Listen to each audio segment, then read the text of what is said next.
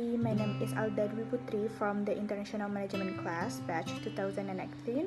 In this video, I want to present a presentation about leadership. First, I want to ask you guys, what is leadership based on your opinion? Leadership is the fundamental solutions to achieve peace and fulfillment of humankind's potential. It can be developed in anyone. Leadership is also about listening to others and being attentive toward the past passings and erratic predicaments all around us. Leadership is a complex subject, yet its complexity does not prevent many people from wanting to reduce the whole subject to user-friendly definitions of no more than 6 or 7 words. They want a simple, easy to remember, slogan-type definitions that will sum up the subject in as few memorable words as possible. Leadership cannot be understood by such simplistic methods. It is necessary first of all to understand many different perspectives on the subject, and secondly to comprehend the many complementary activities that impact upon its practice. I like very much Kate Green's demonstrations of this complexity in his descriptions of 4 quite different ways of understanding leadership. Persons. Is it who leaders are the makes them leaders? Result. Is it what leaders achieve that makes them leaders? Positions. Is it where leaders operate that makes them leaders? Process. Is it how leaders get things done that makes them leaders? There are typically 5 common misunderstandings about the subjects of leadership. These are what can be called the 5 negatives of leadership. The 5 negatives of leadership. The first one is, it is possible to provide a bumper sticker or fridge magnet explanation of leadership. This attempt to explain leadership usually starts with the words leadership is and ends with some simplistic explanation that, quite frankly, leave more questions unanswered than answered. There is no glib answer to the questions, what is leadership? Even though there is continual pressure on leadership experts to sum up their entire field of inquiry in a few well-chosen words. Second, leaders are only to be found at the top of the organizations. This is the second common misunderstanding. It is what called the Carshall-Amandela syndrome, where people believe that someone can only be a leader if they demonstrate qualities into those of great men such as Carshall, Amandela, and occupy a place near the top of their hospital chain of command. The error lies in the belief that leadership can only come from the top of the organizations, and a failure to recognize that leadership is practiced at all levels in the organizations, from the hospital ward of the GP's surgery to the oak-paneled bedroom. The things otherwise is to miss the leadership contribution made daily by a large percentage of nurses, doctors, porters, and others in the organizations, in small acts that are often not classified as leadership, but which their colleges recognize as indispensable. To confine leadership to the rarefied stratosphere of the senior people in the organization is not surprising error when one realizes that the earliest studies of leadership, conducted between the 1930s and 1950s, did just that. They concerned themselves with the great man or trait approach and tried to identify the distinguishing qualities or characteristics that exemplified great leaders. Third, tell me what I need to do to be a great leader. It is almost impossible to do this without an in-depth understanding of the individual who is making the request and of the part of the health service in which they work. The nature of effective leadership depends on a variety of factors, and although it is possible to give a set of general pointers, genuine and helpful advice can only be given after there has been a period of diagnosis. Fourth, Leaders are born, not made.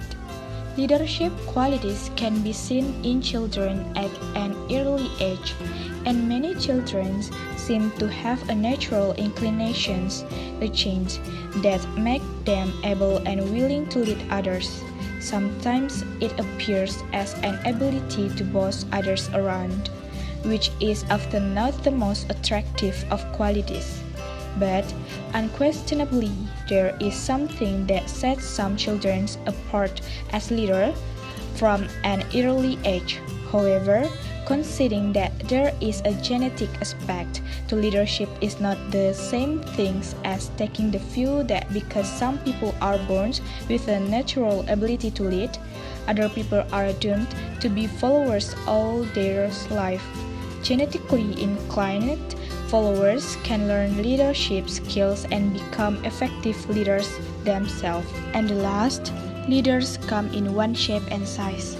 This is the final misunderstanding. Although people will rarely say that the leaders only come in one shape and size, it is often this belief that forms their understanding of leadership, and the belief surfaces when they discuss their views on leadership.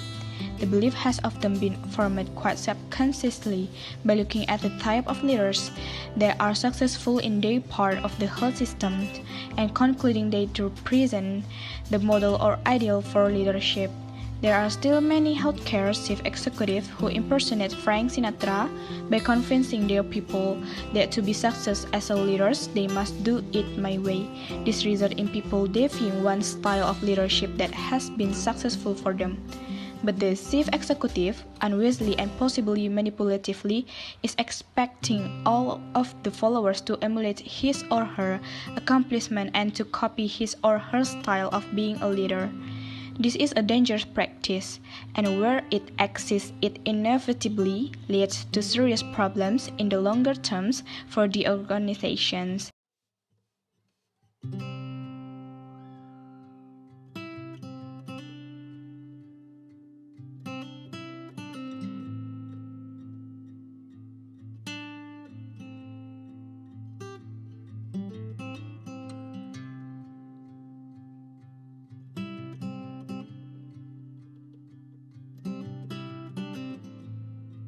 If these are the 5 popular misconceptions about leadership, then it behave me to set out what I consider to be the proper definition of leadership, to move from the negative to positive. So, what is leadership?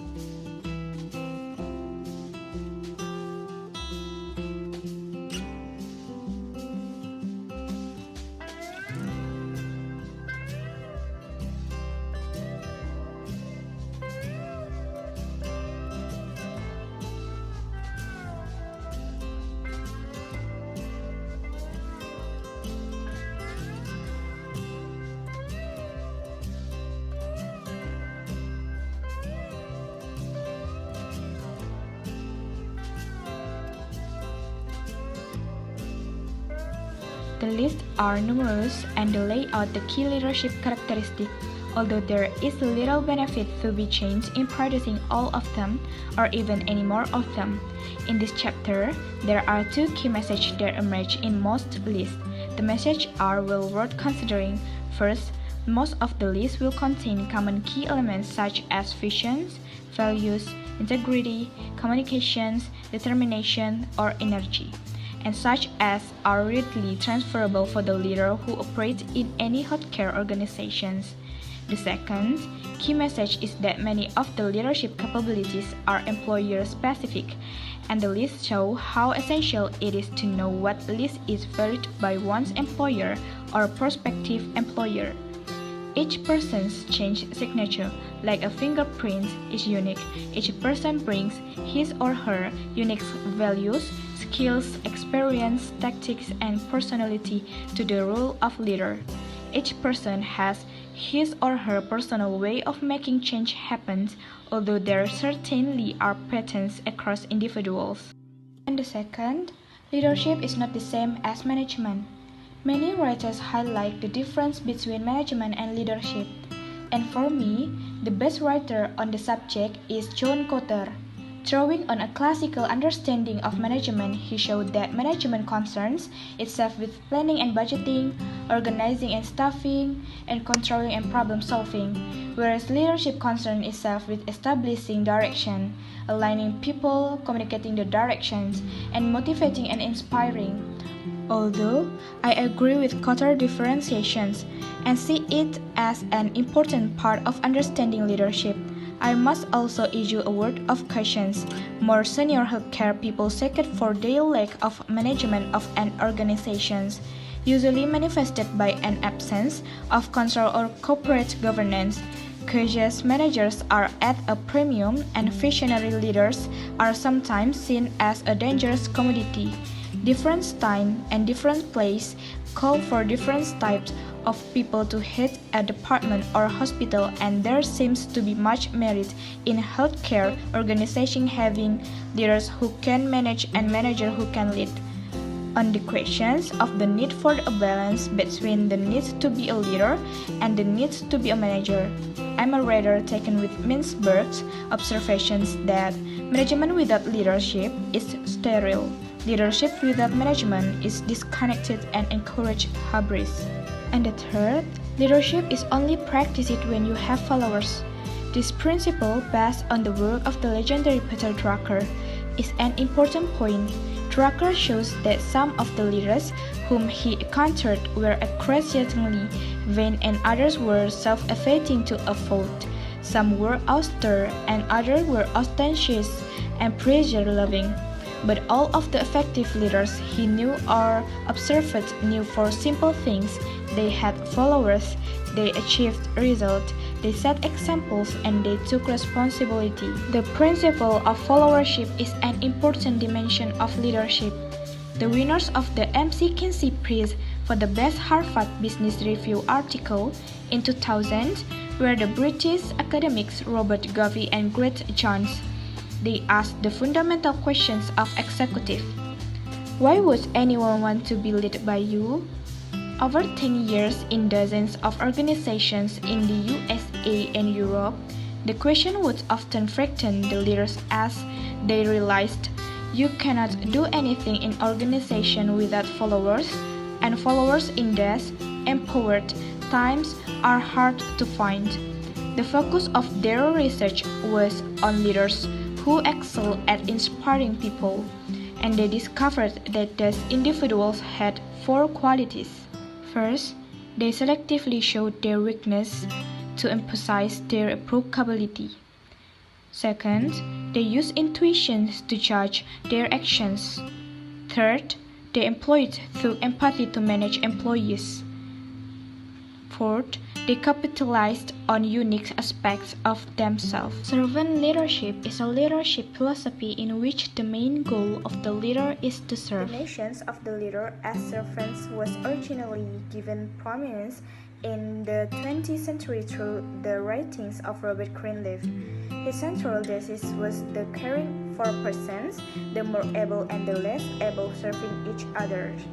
It is the rock upon which a good society is built, and one way though some people serve is to lead. 10 characteristics of the key leadership principle of servants. First is listening, a deep commitment to listening intensely to others. They seek to listen receptively to what is being said. Listening also involves getting in touch with one's own inner voice. Listening, coupled with regular periods of reflections, is essential to the growth of the servant leader. And the second is empathy, striving to understand and empathize with others. People need to be accepted and recognized for their special and unique spirit. One must assume the good intentions of CO workers and not reject them as people, even when forced to reject their behavior or performance. Third is healing. Learning to heal is a powerful force for the transformation and integration. One of the great strengths of servant leadership is the potential for healing oneself and others. Servant leaders recognize that they have an opportunity to help make whole those with whom they come in contact. Fourth is awareness. General awareness and especially self-awareness strengthen the servant leaders. Awareness aids in understanding issues involving ethics and values.